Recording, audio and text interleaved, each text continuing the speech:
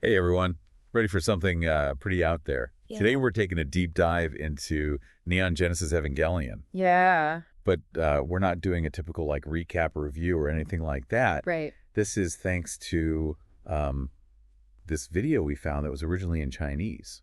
Oh, cool. Yeah, and it gets into some really crazy theories about the show and like Right. connects it to creation myths and the nature of humanity. Oh. Like, you know how a lot of sci-fi gets into philosophy? Mm-hmm. This video takes it to a whole other level. Interesting. So it starts with this idea of like a first ancestral race. Okay. They're basically ancient aliens who decided to seed life across the universe. Across the entire universe. That's right. And they do it with these special moons. Moons. Yeah, like imagine a moon as this giant like cosmic delivery truck. Ah, okay. And they're carrying the blueprints for life itself. So like each moon goes to a different planet and Exactly. Wow. And there's two types of these moons too. Two types. There are white moons and black moons. The white moons carry Adam, which is like the seed of life. Right. And the black moons carry Lilith, which is like the seed of wisdom. Interesting. So like life versus knowledge. Yeah, and that duality plays a huge role throughout the whole series. I see. Now get this. Earth was supposed to get a white moon. So an Adam moon. Yep. But instead, a black moon carrying Lilith crashed right into it. Whoa, hold on. So the moon we see in the sky now is... The black moon with Lilith. Wow, that changes things. Doesn't it? So now you've got these two powerful beings, Adam and Lilith, on Earth. And I'm assuming this isn't the Adam and Eve from the Bible. Not quite.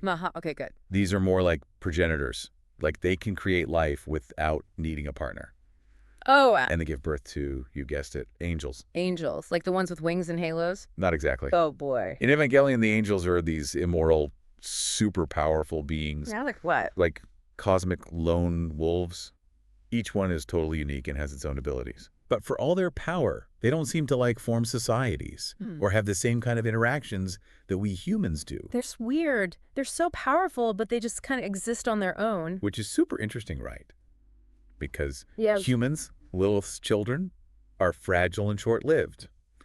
We crave connection and we build these complex societies. And we get into all sorts of trouble because of it. Exactly. So it makes you think, maybe it's not just about individual power or immortality. Maybe our vulnerability, our dependence on each other is what actually pushes us to evolve in a different way. That's a good point. So we've got these powerful angels and these fragile humans.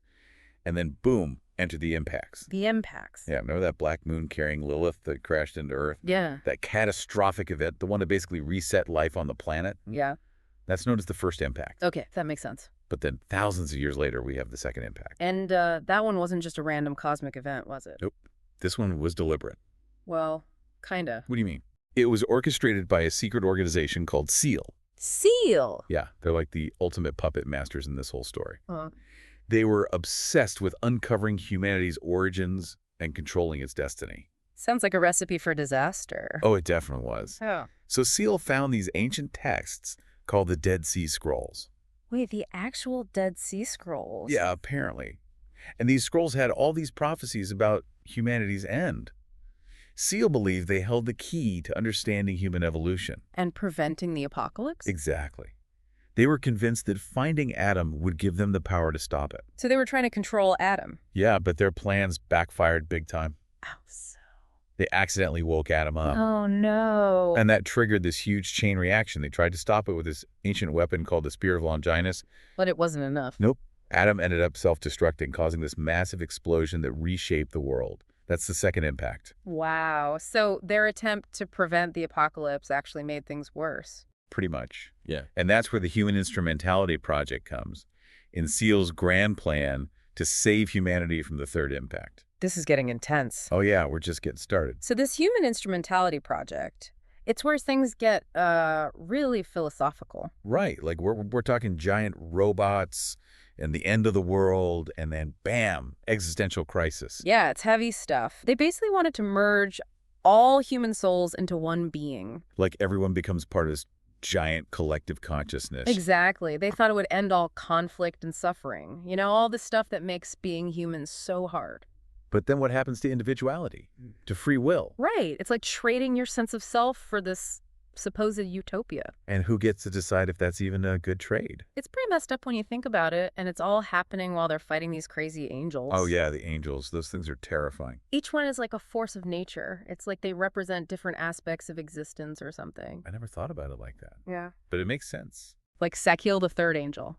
It's all about raw power and destruction. And then you've got Ariel, the 13th angel. That one messes with Shinji's head, right? Yeah, it attacks him psychologically. Yeah. It's like each angel is a test, not just for humanity, but for the individual pilots, too.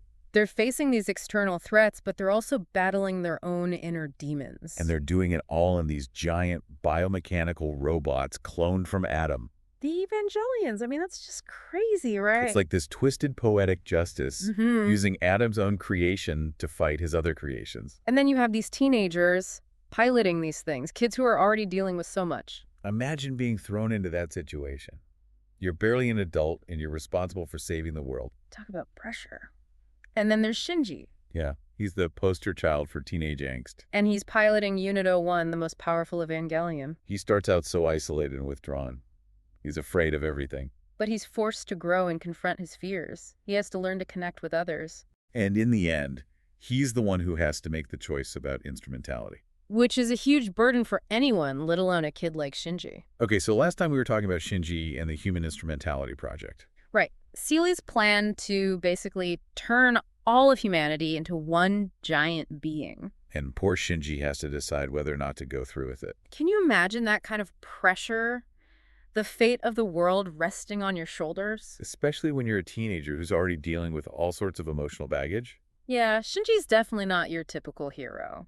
He's not this brave, confident leader. He's more like, well, he's kind of a mess. But that's what makes him so relatable. He's just a kid trying to figure things out. And he's forced to this impossible situation. But even with all that, he manages to find the strength to make a choice. And it's a pretty amazing choice.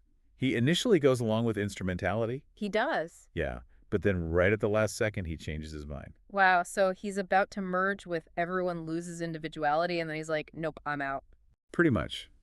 He realizes that being human isn't about erasing our differences. It's about embracing them. It's about accepting the good and the bad, the joy and the pain. Exactly. And by rejecting instrumentality, he chooses hope. He chooses the possibility of connection and love, even in a world that can be pretty messed up. That's a powerful message. It's like he's saying that even though being human is hard, it's still worth it. And it makes you think about all the different ways people try to make sense of existence. Yeah. You know, through religion, philosophy, art. Like we were saying before, Evangelion takes these big questions and puts them into this sci-fi anime setting. And it does it in such a compelling way. The symbolism, the characters, the story itself. It's all connected. It's like this giant puzzle that you keep trying to piece together. Like how all the angels have names from different religious traditions. Right. And the humans all share the surname Lilith. It's like a constant reminder of where they came from. And the Evangelions themselves. They're not just robots. They're reflections of the pilot's psyches. Yeah, there's this whole blurring of the lines between human and machine. It's like they're fighting their inner demons as much as they're fighting the angels. It's pretty mind-blowing when you think about it. So what does this all mean for us? Well, I think Evangelion reminds us that we all have choices to make. Even when it feels like the world is falling apart around us. We can choose to give in to despair, or we can choose to fight for something better. We can choose to connect with others, to build relationships, to find meaning in our lives. And maybe that's the ultimate message of Evangelion, that even in the face of unimaginable darkness, there's always hope. It's a story that stays with you long after you finish watching it. And it makes you want to keep asking questions, to keep exploring the big mysteries of life. I think that's a great place to wrap things up. Yeah, thanks for joining us on this deep dive into Evangelion. It's been a wild ride. Definitely. Until next time, keep questioning, keep learning, and keep diving deep.